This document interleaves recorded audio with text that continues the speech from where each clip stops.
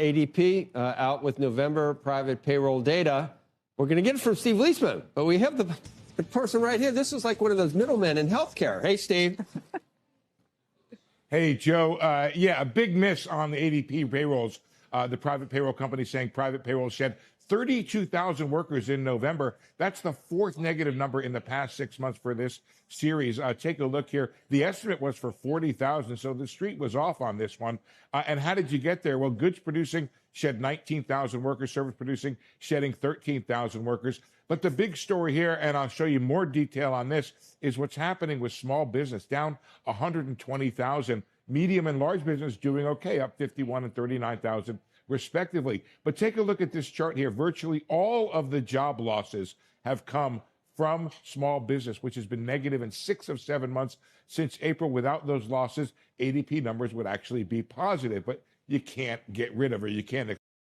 Okay, this is what I've been saying, how the current administration is shifting towards the 1% and the larger corporations and companies and people that really run the country, and it's putting a strain on the small businesses. And then just because what we need to realize is that just because some people have a small business, that does not automatically put them in the 1%. You can have a business grossing $1 million a year, but the person that owns it profit is only 80 to 100K. So they technically aren't in that 1%. The business may be, but that person is not. But anyway, what's happening is that the gap between the super rich and the poor, this is what I've been saying, this is a prime example of how the gap is getting wider and wider. And the tariffs are putting such a strain on the small businesses that a lot of them are shutting down, most of them shutting down, or they are having to drastically downsize this to survive. Hypothetically, if you have a small business and your inventory is 100K a month, and the prices on your inventory goes from 100K to 120K or 130K, that's your profit margin. And so the numbers won't stretch as far as if you have a large corporation and your costs go up by 10 or 15%.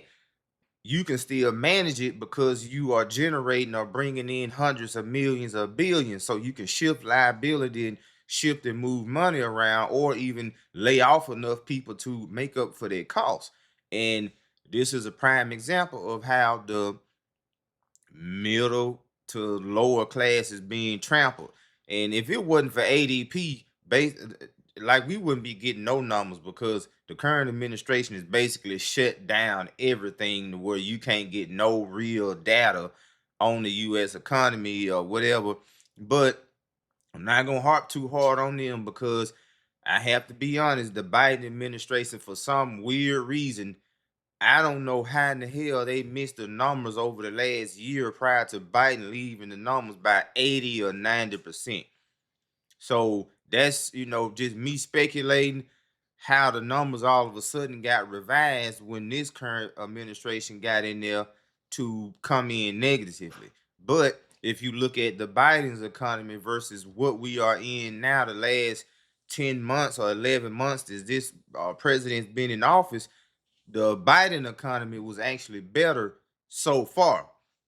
We don't know what's going to happen in the future. We don't know, how things may evolve or change or whatever. But that's another discussion for another video. Exclude small business. And then you look at it by sector. Well, we've seen those two sectors do it. Education, health services, leisure, and hospitality leading the way. But manufacturing down, information down, and professional business services down by 26,000.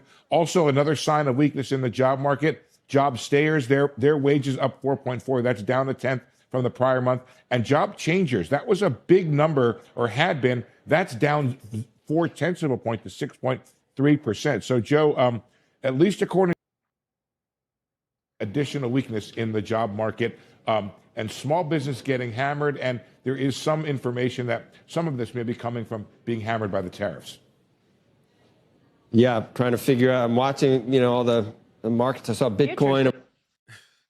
And I'm in a pretty sizable size Patreon group, and we actually like to call CNBC CNBS. Look at how the host Joe is fixing to try to spin the narrative, or he is intentionally fixing to jump off subject and not really directly reply to what Steve Leisman just said because he's pro-Trump. Above 93. No, they didn't. But this, I don't think people know whether, if we already had a cut in the cards, then we don't need any weak data.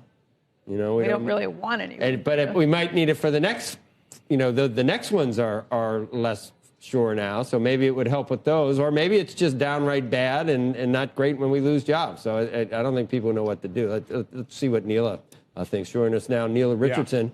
ADP chief economist, and you're not here to tell us what the stock market should do based on these numbers. You can just tell us that things have worsened in the last month. Yeah, this is a small firm story. This is even more than a small firm story, Joe. This is a mom and pop story.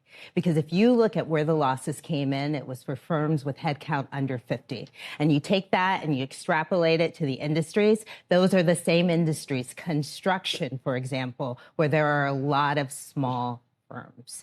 And so when you think about what small firms are dealing with, if you put your mind into the space of a small firm owner, they're not going to raise their hand and say, we're cutting by 10%. They're just not going to replace that retired worker. They are just going to let attrition take care of this issue for them. And that's the thing, like the small businesses are caught dead in the middle of this and what's going on, and they are going to continue to be trampled and pushed down and suppressed.